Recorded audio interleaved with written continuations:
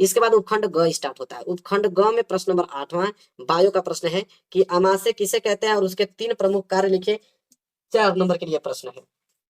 चलिए मेरे प्यारे बच्चों देखते हैं उसको। तो हम लोग लिखेंगे 8वां का उत्तर कि अमाशय उदर गुहा में अनुप्रस्थ अवस्था में स्थित एक मशक के समान रचना है। मशक के समान रचना है और यह आहार नाल का सबसे चौड़ा भाग है अमाशय। इसकी लंबाई लगभग 24 सेंटीमीटर तथा चौड़ाई जो है मेरे प्यारे बच्चों 10 सेंटीमीटर होती है। अमाशय कार्य जो होता है भोजन का संग्रह करना, भोजन को पतला लेई जैसा बनाना, भोजन का पाचन करना। उसी में नीचे लिखोगे कि अमाशय का मुख्य कार्य भोजन का पाचन है और अमाशय भोजन के साथ आने वाले हानिकारक जीवाणुओं को सफाया करता है और अमाशय के पाचक रस में स्थित जो एंजाइम होता है वो भोजन में स्थित प्रोटीन को छोटे छोटे कणों में तोड़ देता है, जिससे प्रोटीन का पाचन आसान हो जाता है और अमाशय का पाचन रस भोजन के कणों को अम्लीय बनाकर क्या करता है, सड़ने से रोकता है। बात खत्म। पूरा का पूरा डिटेल में हमने आपको समझा दिया। इसके बाद प्रश्न नंबर 9 देखिए मेरे प्यारे बच्चों। प्रश्न नंबर 9 है यहाँ पे कि गर्भ निरोधन निरोधन की विभिन्न विधियां कौन सी हैं, और ये प्रश्न 4 नंबर के लिए है। अब मेरे प्यारे बच्चों प्रश्न नंबर 9 का उत्तर लिखो कि गर्भ निरोधन की विभिन्न विधियां हैं। देखो कौन कौन सी विधियां हैं। पहली विधि तो आपका यांत्रिक, जिसे हम भौतिक अवरोधक कहते हैं। दूसरा विधि होता है रासायनिक विधि। तीसरा विधि होता है शल्य चिकित्सक विधि और चौथा है अंतरा गर्भाशय गर्भ निरोधक यंत्र, या इसी को हम लोग उपकरण आईयूडी कहते हैं। अब अलग अलग हम देखेंगे। पहला जब था मेरे प्यारे बच्चों, हेडिंग डाल लेना, यांत्रिक या भौतिक अवरोध। इसमें क्या होता है मेरे प्यारे बच्चों कि नर योनि में शुक्राणुओं के प्रवेश को रोकने के लिए अनुरोध का उपयोग करते हैं। और पहला उसमें लिखना है कि मादाएं डायाफ्राम या ग्रीवा टोपी का प्रयोग शुक्राणुओं के गर्भाशय तथा अंडवाहिनी में प्रवेश करने को रोकने के लिए वो करती हैं। ठीक है। और दूसरा होता है मेरे प्यारे बच्चों रासायनिक विधि। इसमें क्या होता है कि औरतें 2 प्रकार की गोलियां का उपयोग करती हैं। पहला मुख गोलियां, ये गोलियां हार्मोन्स युक्त होती हैं जो अंडाशय से अंडोत्सर्ग जिसे अंड या डिंब के मोचन को रोकती हैं। उदाहरण माला डी सहेली। और दूसरा होता है योनि गोलियां, और इन गोलियों में रसायन होते हैं जो शुक्राणुओं को क्या कर देते हैं, मार देते हैं। इसके बाद तीसरा आता है शल्य चिकित्सा विधि, जिसे हम वेक्सेटाइम, जिसे हम लोग पुरुष नसबंदी कहते हैं।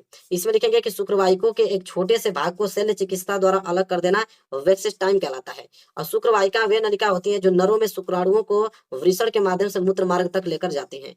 और दूसरा होता है टूबेक्सेटाइम, जिसे हम लोग महिला नसबंदी कहते हैं, टूबेक्सटाइम। ठीक है। लिखेंगे कि डिंब वाहिनी नलिकाओं के एक भाग को काटकर अलग कर देना ट्यूबेक्सटॉमी कहलाता है। और यह प्रक्रिया अंड डिंब को आगे डिंब वाहिनी तथा गर्भाशय में जाने से क्या करती हैं, रोकती हैं। और चौथा मेरे प्यार बच्चा होता है अंतरा गर्भाशय गर्भ निरोधक यंत्र। लिखेंगे यह जो कापर आयनों के स्रोत होते हैं जो मादा महिलाओं के गर्भाशय में स्थापित किया जाता है, जो निषेचित अंड या ब्लास्टोला को गर्भाशय में स्थापित होने से क्या होता है, रोकते हैं। तो 4 था गर्भ निरोधन की विभिन्न विधियां, चारों को हमने बता दिया मेरे प्यारे बच्चों।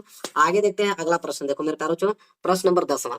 प्रश्न नंबर 10वां है कि स्व परागण के लिए आवश्यक अनुकूल तथा अनेक लाभ हानि लिखिए। कि स्व परागण के लिए जो अनुकूल है उनके लिए लाभ और हानि बताइए। 4 नंबर के लिए प्रश्न है। चलो लिखेंगे 10वें का उत्तर। देखो यहाँ पे हमने लिखा है 10वें का उत्तर। लिखेंगे स्व परागण के लिए आवश्यक अनुकूल पुष्प का द्विलिंगी होना आवश्यक है। नर एवं मादा भाग एक साथ परिपक्व होना आवश्यक है। स्व परागण के लाभ देखो, यहाँ स्व परागण के लाभ लिखोगे। स्व परागण से निम्नलिखित लाभ है कौन कौन से। देखो पहला लाभ तो यह है कि पुष्पों में स्व परागण एक आसान तथा निश्चित घटित प्रक्रिया है जिसके कारण पौधों का वंश चलता रहता है। दूसरा यह मेरे प्यारे बच्चों कि इनको परागण क्रिया के लिए दूसरे पुष्पों पर निर्भर नहीं रहना पड़ता है। तीसरा है कि स्वपरागित पुष्पों को रंग, सुगंध तथा मधु उत्पन्न करने की आवश्यकता नहीं पड़ती, जिससे पौधों की कम से कम ऊर्जा उपयोग होती है।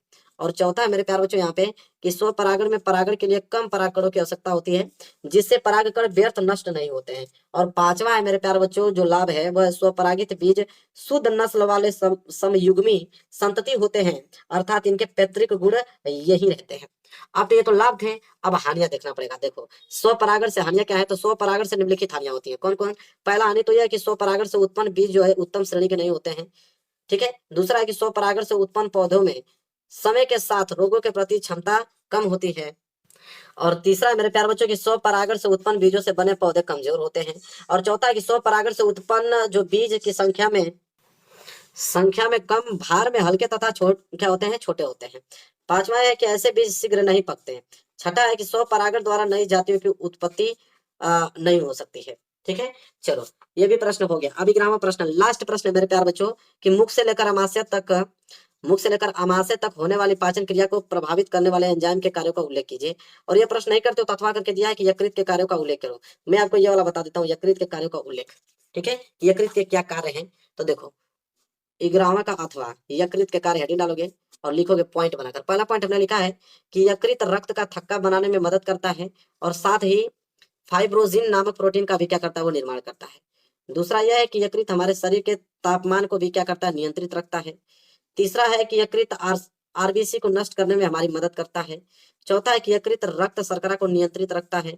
पांचवा है कि इसके अलावा यकृत हमारे शरीर में विषाक्त पदार्थों को बाहर निकालता है। छठा है कि यकृत का सबसे जो महत्वपूर्ण कार्य है वो ग्लूकोज को ऊर्जा में बदलने का होता है। सातवां पॉइंट है कि यकृत आमाशय रस के हम लोग को प्रभावहीन करने के लिए बनाता है और भोजन को क्षारीय बनाता है। आठवां है कि यकृत द्वारा निर्मित पीत रस वसा का पायसीकरण करता है।